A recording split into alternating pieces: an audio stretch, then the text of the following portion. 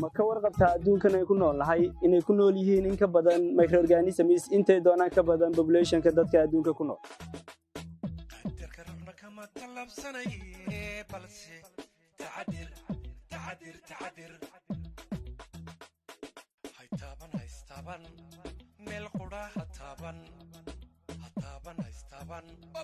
Wacyiga hataban tirtiro gacmahaaga marbayd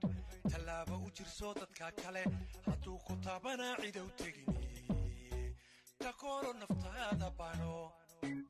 tirtiro gacmahaaga marbayd talaaba u jirso dadka kale hadduu ku taabana cidow tegini takooro naftaada bano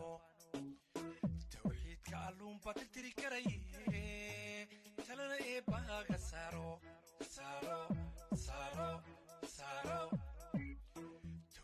waxaan u baahanahay inaynu dhammaanteen ka wada shaqeyno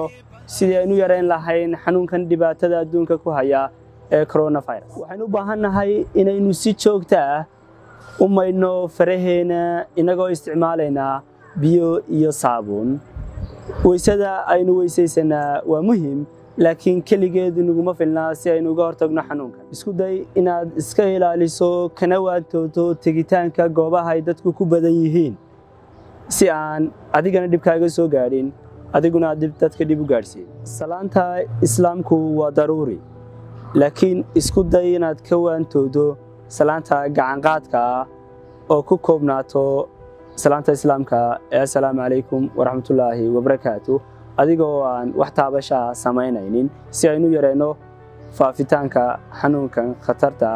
ee coronavirus isku day furitaanka albaabada publiga inaanad isticmaalin gacantaada ee aad isku daydo inaad garabkaaga ku furi karto haddiiba aad qufacdo ama aad hindhisayso ha isticmaalin calaacashaada si aad afkaaga u daboosho isku day inaad isticmaasho maro nadiif ah softi ama suxulkaaga oo aad laabayso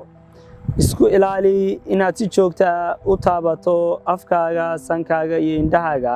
adiga oo aan farahaaga